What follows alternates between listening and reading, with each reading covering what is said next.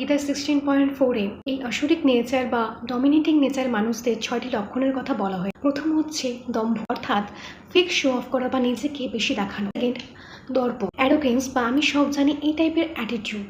অভিমান, ইগো বা নিজেকে বেশি ইম্পর্টেন্ট মনে করা। সেসব মানুষদের খুব আনকন্ট্রোলেবল অ্যাঙ্গার থাকে।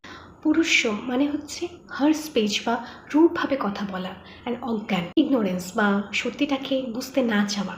কৃষ্ণ বলেন এইগুলো হচ্ছে আসরিক নেচারের আইডেন্টিটি। প্রবলেমটা হলো এগুলোই ইনিশিয়ালি ছোট ছোট হ্যাবিট থেকে তারপর ধীরে ধীরে এগুলোই আমাদের পার্সোনালিটি হয়ে যায়, আর তখন রিলেশনশিপ নষ্ট হয়, পিস চলে যায় লাইফ থেকে, আর মানুষ নিজেই নিজের শত্রুতে পরিণত হয়। তো নেক্সট টাইম যখন তুমি কোনো অ্যারোগেন্ট বা রুড মানুষের সাথে ডিল করবে, রিমেম্বার এটা জাস্ট একটা বিহেভিয়ার না, এটা তাদের ইনার নেচারের রিফ্লেকশন বলতে পারো। আর সব থেকে ইম্পর্টেন্ট নিজেকে চেক করো যে তুমি কি আননোয়িংলি এই নেচারগুলোকে ক্যারি করছো তোমার মধ্যে। আর self awareness is the first step. আজ থেকে নিজেকে জাজ না করে অবজার্ভ করো আমার মধ্যেও কি ইগো বেশি নাকি হিউমিলিটি। হরে কৃষ্ণ।